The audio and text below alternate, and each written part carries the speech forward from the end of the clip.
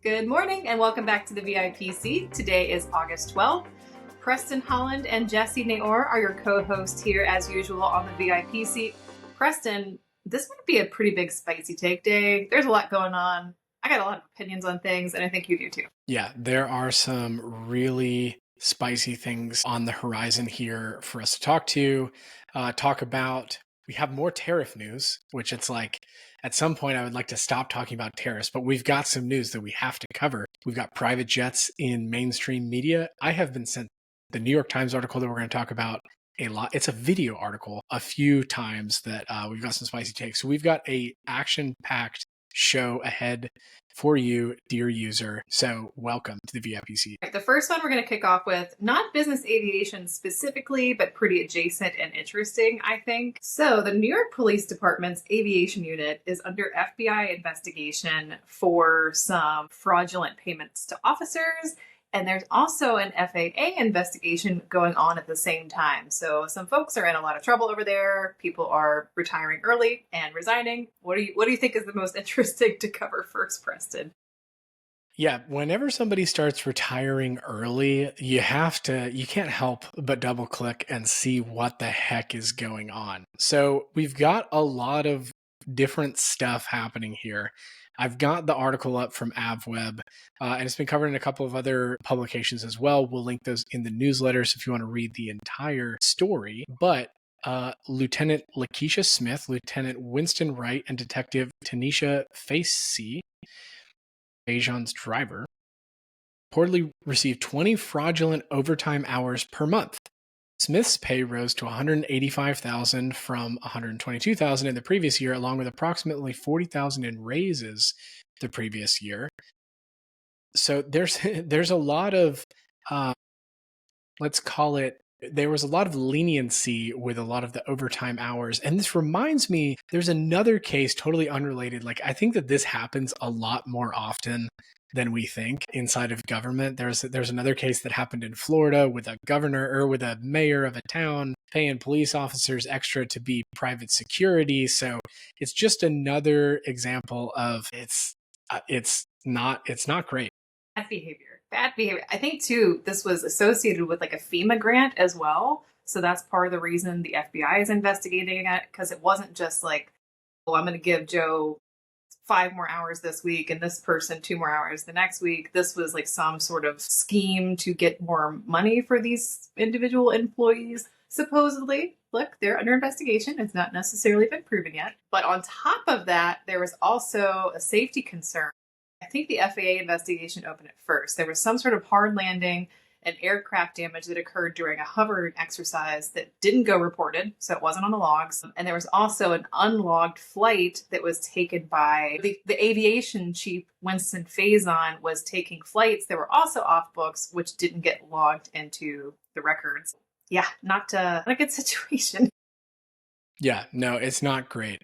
There's a New York Post article that goes real deep into this. If you can put up with all of the pop-ups on the New York Post, I got a triple layer pop-up yesterday when I tried to go read this story. So you got to get past the pop-ups. But it goes deep into all of kind of the ridiculousness that happened using this. And there's a whole lot of, we didn't get any returned messages. The FAA went to the unit's headquarters earlier this month and demanded to see records about safety issues, including a hard landing and tens of thousands of dollars worth of damage to an aircraft during a hovering exercise.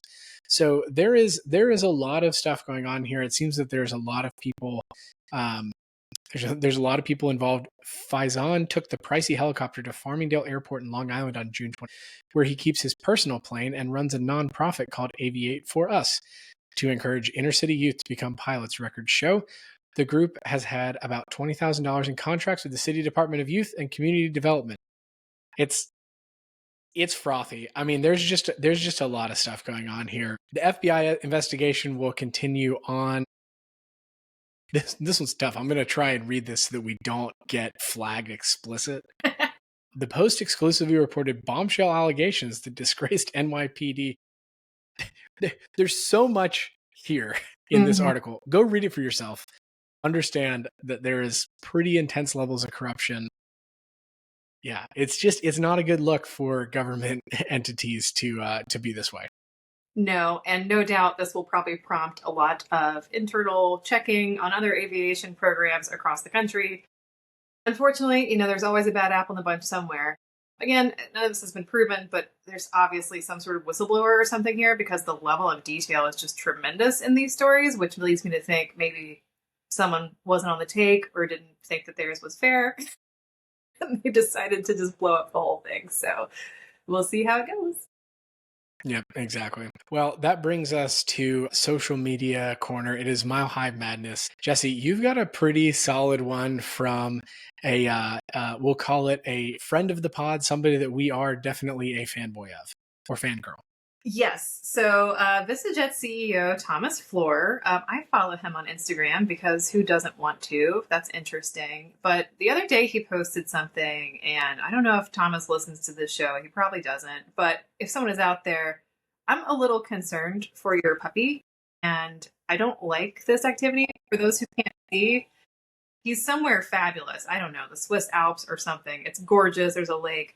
But he has his little Labrador on a freaking It's a chairlift. a chairlift. It's a chairlift. He has his Labrador on a chairlift, and this thing looks really uncomfortable and very unsafe. And I'm not comfortable for the doggy, and I don't like it, Thomas. I'm sure you love your baby, but I'm not okay with this.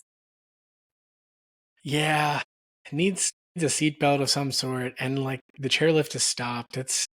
Look, we are big fans of dogs here in the VIP seat. We don't want to see dogs get harmed.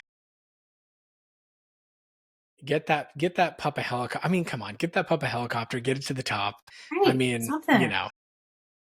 Or harness. I don't know. I mean, maybe he's fine. Maybe it's something they do all the time and I'm totally overreacting, but I saw it and it was like, that pup's got to be totally freaking out. It's just me. My dog would not have a good time on that, I'll tell you that. No. Mine either. So my social media is a friend sent me this. This is Terry Bradshaw. So this is Bowtied Broke, who is a pretty funny account to follow on X. You know it's time to overhaul the TSA when someone like Terry Bradshaw gets patted down twice, has entire luggage searched item by item, and then gets hauled off to the back, quote, private room for another pat down. So this is Terry Bradshaw of NFL fame, and he is not having a good time he is not exactly having a good time with TSA right now. He's not sure what's going on. He's a pretty recognizable person. And the big question was, why he not flying private? I mean, it's Terry Bradshaw bike. Well, you know what? That reminds me of another post that came out like a week or two ago. Angelina Jolie and her friend, Selma Hayek, they were flying in Mexico City on an airline. Like everyone was taking pictures and videos and following them. And it's like, I just don't know why celebrities do this. Like, this is why they need to fly privately, because there's all sorts of security risk and privacy issues. And here, once again, poor Terry. That's just not fair. Yeah, Tyler Holt from AvSkyJet says, I'm so confused. He does fly private. I know because we sold him a plane. So then I said, well, now I'm confused. And Ryan Roberts chimes in, he has one. It was down for maintenance. Have heard that from a couple of people that it was down for maintenance. So, you know, Terry, you would think. I mean, I think this probably solidified for Terry. The next time his airplane's down, he's going to go ahead and call a broker for some supplemental lift. Yeah. There's lots of charter companies out there. They need business. So just go ahead and give them a call. Figure it out. Yikes. There is. So speaking of social media, this is media, traditional media, which has, let's say, a colorful take on private aviation. This opinion piece by the New York Times editorial board has a lot of eat the rich in it, and I don't like it. So here's my thought, Jessie, and I texted you about this like 5 minutes before we did the show. I want to go, this is a 3.5-minute video.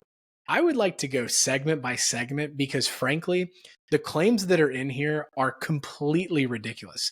So I'm going to play it. Listeners, if you're listening to this in your car, you get the same idea. You don't have to see it. It's just a bunch of pictures. You don't really have to see it to kind of get it. But we're going to go through this line by line, and we are going to debunk this New York Times episode. I would like to come out and say, you put your opinion out there, New York Times, and this is our opinion as well. So here goes nothing. then you're paying for people to travel like this. You heard that right. If you're a member of the economy class, the seat reclined in your face class, the overhead compartment won't close class, then you're subsidizing this guy. I'm actually going to Vegas on my jet, bitch. You're subsidizing a class of people who would probably call this thing the public plane. Or the It bus. sounds absurd, but it's true. And it's why we think it's time for Congress to stop making us pay for them. This is the opinion of the New York Times editorial board. I'm going to pause it right there. Whenever I hear that this is the opinion of the New York Times editorial board, I have a feeling it's not going to be pro-private jet. Newsflash, folks, the people who pay your paycheck fly on private jets. Just going to throw that Each out time there. you pay a plane ticket, you pay a small tax that you probably ignore. It goes to the FAA, whose job it is to make sure that your plane doesn't crash. Okay, let's That stop it tax a second. is not- So we have to specify the taxes that they're talking about here. First of all, there's passenger facility charges, which have nothing to do with private aviation. That's what you pay to an individual airport. The other taxes are fuel taxes, and you have a segment fee associated with flights. Just putting that out there before we get into discussion. Yep, and fuel tax is a direct pass, right? It is how many seats divided by how much the fuel tax is. It gets distributed across all the seats. But here's the problem. Only some of us are paying it. It's not true. Not only some of you are paying it. Everybody is paying it. Everybody is paying fuel tax. Consider the nation's busiest passenger route between Atlanta and Orlando. The passengers on a commercial flight would collectively be charged about $2,300 in FAA fees. Which my understanding is that is the segment fee that you are paying via tax to the FAA. $2,300 is the cost that the FAA has associated with getting that commercial passenger jet. They are using Atlanta to Orlando, which means specifically Hartsfield-Jackson to MCO, Orlando International, I think is the technical name for it. MCO is the code. So that is what they're talking about. But a private jet flying on that same route? Well, it would only cost them about $60. What I don't. Yeah, that's going from PDK, which is a Class Charlie airport, by the way, to Kissimmee exact, like Orlando exact. Now, there is a fair amount of private travel into MCO because of its location and proximity.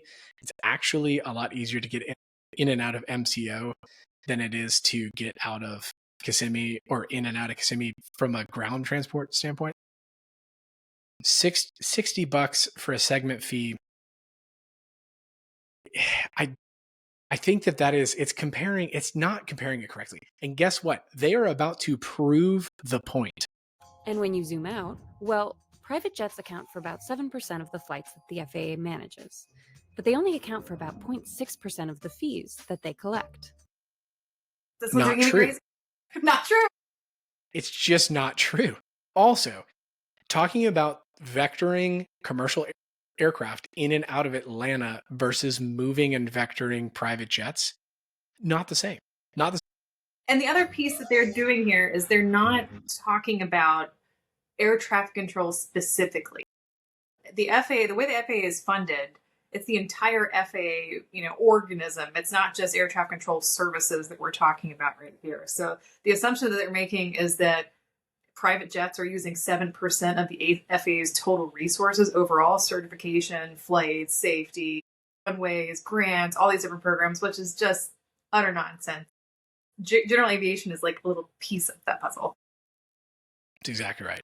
They're about to make our point for us right here in this point. To understand how absurd this is, just imagine that the federal government opened a parking garage. They charge $20 for parking, except for the fanciest cars, which only have to pay 25 cents. It's such a bad comparison. Yeah. Like, first of all, a parking garage, like that's the comparison that you're going to make. You're going to say that the airliners have to pay $20 and the fancy cars have to pay 25 cents. It's like, that's not even, that would be like saying we charge the bus $20 because it goes up underneath and causes traffic and all of that. So you have to pay a $20 bus fee. But the BMW that parks, we're going to charge it $5 because, well, it just doesn't take that much resource. I mean, they actually made the point opposite of what they thought that they were making. That's essentially our current model for funding the FAA. Now, before we blame Congress, it's important to understand how we got here. And then we can circle back and blame Congress. In the 1970s, aviation in the United States was booming. The government needed to fund a major expansion of airports and air traffic control. And they decided that the people who fly should pay the bill. Ugh. So they created a bunch of new taxes. Duh. The people who fly have to pay the bill for using the airspace. Duh. The biggest by far was a tax on tickets. Every time you buy a ticket on a commercial flight, you pay a 7.5% tax that goes. Huh, Jessie, what other tax is there that is 7.5%, Miss Charter Operator? Oh, I don't know. Maybe the FET that we have to charge on our flights as well. That's exactly the same. Oh, huh. Who would have thought federal excise tax is 7.5%? Now let me ask you this, Jessie. My $300 commercial flight that I pay 7.5% on, or my $30,000 charter flight that I pay 7.5% on, which of these two is larger? Mm-hmm. Yeah, on a per plane basis. On a per plane basis, on a per passenger basis, on a per seat basis, on a per landing basis. This is such an asinine point to me. Like this point right here, I'm like, editorial board, you clearly didn't do enough research here to figure out who is paying tax. The Part 91 does not pay that tax. You don't pay federal excise tax on that. But what do you pay? Property tax. You pay sales tax sometimes, right? There's a lot of other taxes that come with owning an aircraft. Yes. So, like, look, saying that the private jet does not pay the 7.5% tax is so stupid to me. Let's continue. Let's hear what else they have to say. To the FAA. The people on the private jets, no tickets, no tax. No. Jet fuel, for one, is... No ticket, no tax? Now, Congress tried to make up for this inequity by slapping private jets with a much higher fuel tax. But that tax comes nowhere close to covering the FAA's full cost of managing private planes. What this means is that commercial passengers like you, they are making so many assumptions. Yeah, like I would so love many to see an assumptions. actual breakdown of what private jet air traffic control cost versus they're mismatching things. You know, it's apples to oranges to say you're paying for the FAA versus you're paying for air traffic control services, because those are two different things, but they're conflating them all together. Right. I mean, there's conformity. Like, there's so many other, like, private jets, for the most part, support themselves inside of the FAA ecosystem. And arguably, and Ed Bolin kind of made this point, like, look, we definitely pay more than our fair share. are providing a subsidy to the private jet set of more than $1 billion per year. This is the dining area. Now, the private jet industry says it's already paying more than its fair share. They point out that on a per-person basis, passengers on private jets often contribute more to the FAA than passengers on commercial airlines. But the FAA doesn't manage passengers. This It is such a manages dumb planes, point. This is such and a dumb that's point. exactly how it should be funded. In Canada, all planes that use the air traffic control system pay a fee based on the weight of the plane and the distance traveled. Jessie, which weighs more, a private jet or a commercial airliner? It depends on the plane. Like they're just making these broad strokes. Right. Okay. Like a BBJ. Okay, I get it. A BBJ has to go into commercial airports, but they're paying so much in fuel tax that I think it probably cancels itself out. But if you took a weight factor and the distance traveled, like if we took the Canadian model, like I don't think this proves their point either. Congress should institute a similar funding model for the FAA. Rarely is there such a straightforward opportunity to prove that you're fighting for the middle class. So Congress, are you going to ride with them or with us? Okay, so I have a lot to unpack here first. This is all coming up because Sean Duffy is trying to get the FAA air traffic control system funded. They're putting $30 billion into the system, which is a public benefit and a public good. You cannot start to pick and choose, who's spending the most of air traffic control services. It's very hard to break it down like that. Second of all, the AATF, which is that fund that they're talking about, that's only 70-80% of the budget. The rest of this is apportioned by Congress. A lot of that money goes to reinforcing runways, say at large airports that airliners serve. To put all of this into the air traffic control bucket is just totally misleading and wrong. I have some points on the air traffic control piece, but Preston, what's your rant on this first? Okay, I think that this is part of the problem with the misunderstanding of private aviation, and we talk about this a lot on the show. But there is this general misconception about private aviation, one being for the ultra elite. Okay, does Kim Kardashian and Justin Bieber fly on private jets? Yes, they do. You know who else flies a lot on private jets? Franchise owners who create a lot of jobs. Car dealers who create a lot of jobs and provide a lot of services to people like you and me. The persona of flies on a private jet, are they in the elite class? Yes. But are they in the elitist of the elite class? No. They probably are in your Bible study at church. There is a mom or a dad on your kid's soccer team that probably flies private in some way, shape, or form. The misnomer that it is only the elite of the elite, everybody who listens to this show deals with these people on a regular basis. It's not always that.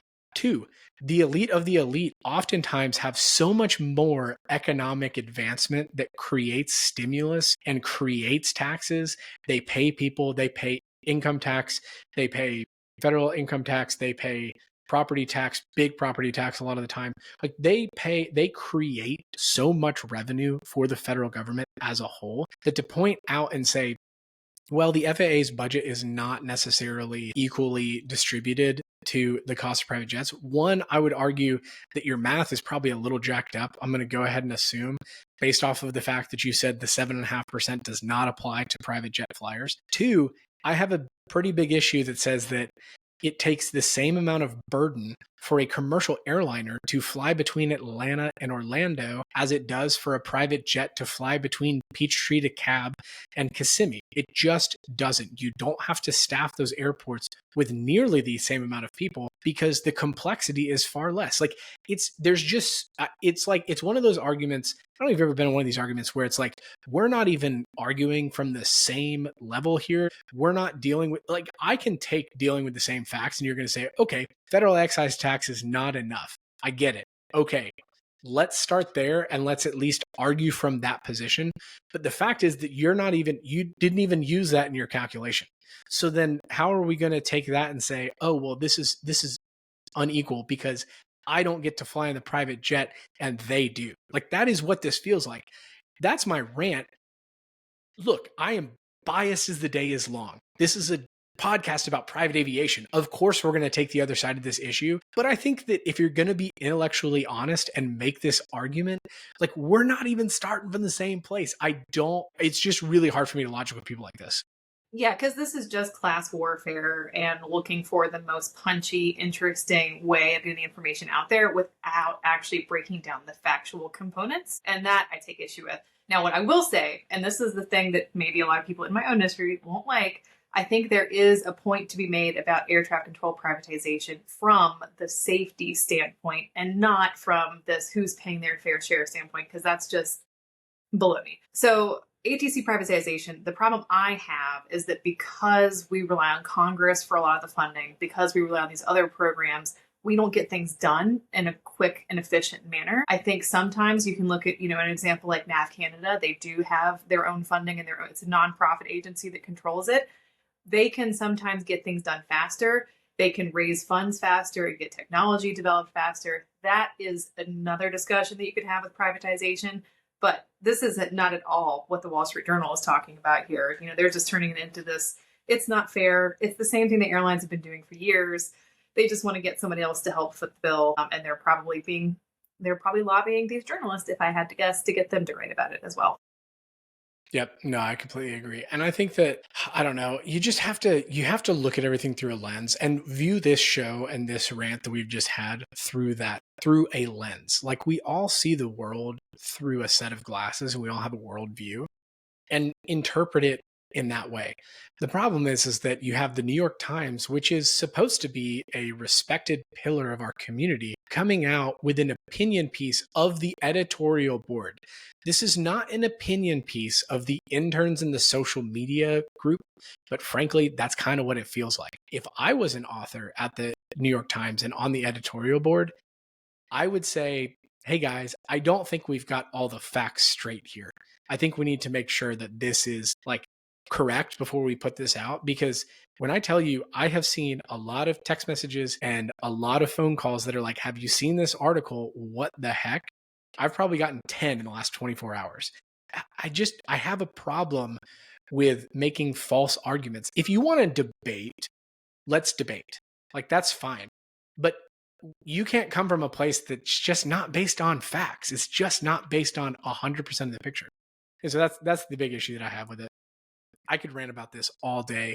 I probably will. If you want to follow me on X, I will be ranting about this like for the rest of the evening. I'll clip this up and make sure that I have point by point. Here's all of the things that they got factually incorrect. So follow me on X, Preston Holland 6. That's my free plug of the day. It's sensationalism at its finest. But we should move to the next topic so we don't take up the whole show with our frustrations. But I think that one was definitely warranted. So tariffs. Pilatus is having trouble right now. I kind of always forget that Switzerland is not part of the EU, and it actually is not. Yeah, I do. I forget as well. Pilatus has suspended all business jet deliveries to the United States after the 39% tax or tariff on Swiss goods came into effect on August 6th, 2025. Look, there have been aerospace exceptions, right? Some people call them loopholes, but there have been aerospace exceptions on other countries. Let's look at Brazil. Let's look at the UK. Let's look at France as kind of the guiding principle. Do I think that it is going to last for a long time? I am of the opinion that it won't, but it is definitely going to hurt Pilatus deliveries. It net positive the people that have 2024 and 2025 fresh delivery PC-12 NGXs, because your valuation just went up. That's what happens when tariffs come in.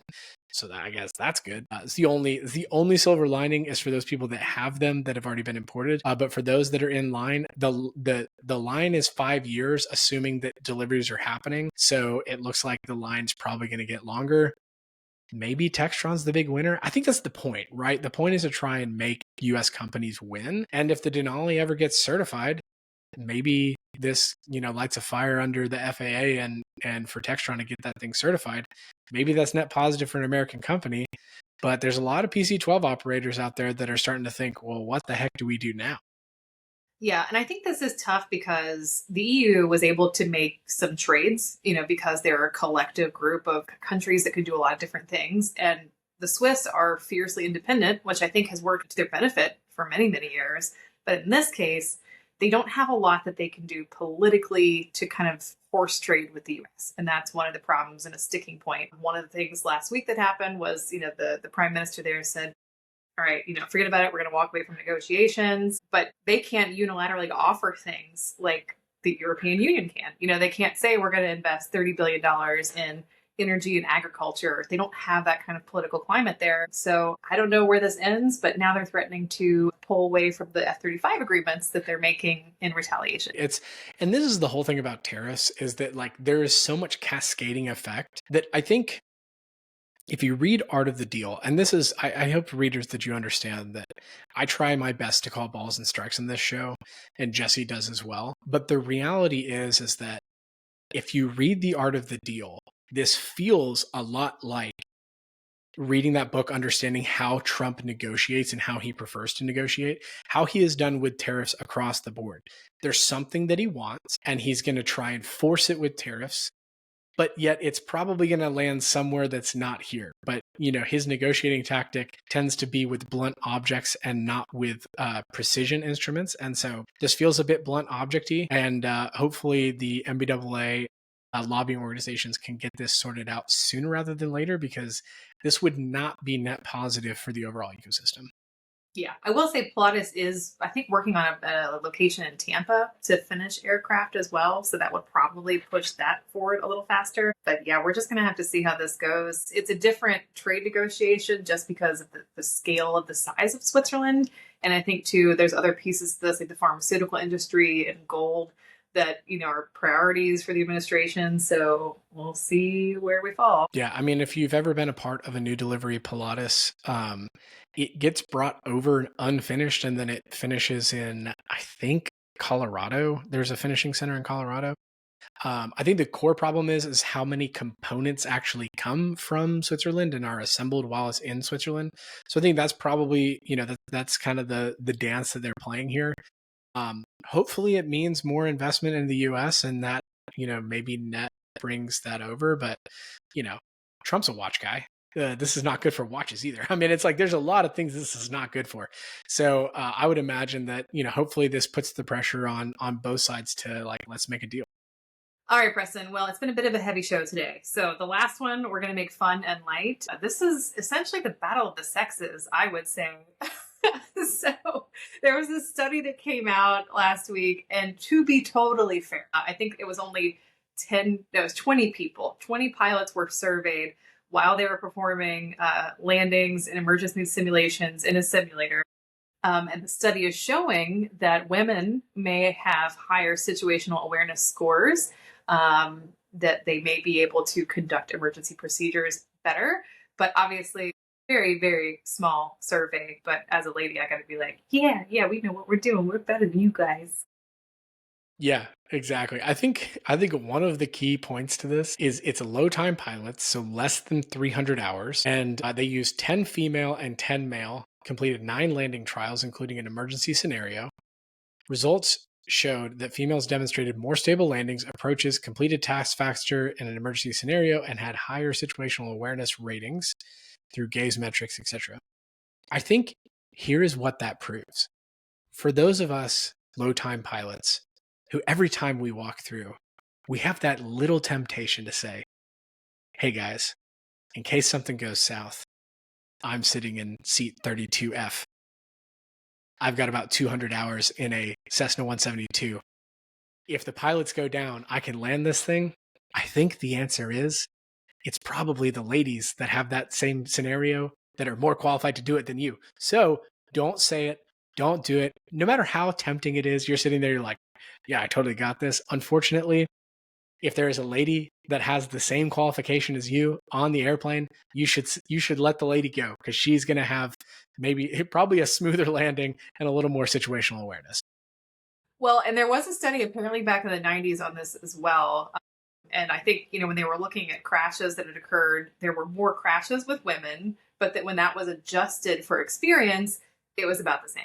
So look, I honestly don't think you can actually take much from this study. It's not really a conclusive study. Interestingly, though, I did start looking up some other studies just on, women's cognitive abilities, reaction times, and emergency. I just have to highlight that 70% of fatal car crashes involve men and not women. So I don't know what the reason is exactly. I don't think anybody can specifically point to that. If it's social issues, if it's decision-making skills, if it's risk aversion. There's so many places to go on this, but I'm going to chalk this one up to the ladies for today, because we don't always get these things. Yeah, us men will remember back when we were 16 and our car insurance was much higher. And then those of us with kids who have 16-year-olds, males and females, you will know that the insurance is a lot cheaper with females than males. Well, Jessie, I think that we have gone over time because of the New York Times rant. I think it was worth it. Audience, do you think it was worth it? I think it was definitely worth it, and Preston somehow avoided being called a sexist today. I avoided being canceled today, even though we talked about some spicy topics. Well done, sir. Exactly. So if you liked this episode and you liked our rant, you should subscribe to the newsletter, thevipseat.com. That is where you can find deep dives and links to all of the articles that we talk about in the VIP seat. Go like us on LinkedIn. That way you can keep up to date with the latest. Follow Jessie, follow myself on LinkedIn, Twitter, Facebook, MySpace, however you follow people on social media. We would love to engage with you. Send us a note. My favorite thing is when I get a note from a subscriber or from a listener that says, hey, love this week's episode, XYZ, really, really like that part. So send us your feedback, reply to the VIP newsletter that comes into your inbox. We'd love for you to subscribe. And until next week, where I'm sure there will be another asinine, which is not a cuss word, and another asinine report from a mainstream media. Don't worry, the VIP seat will be here to rant, rave, and rebut.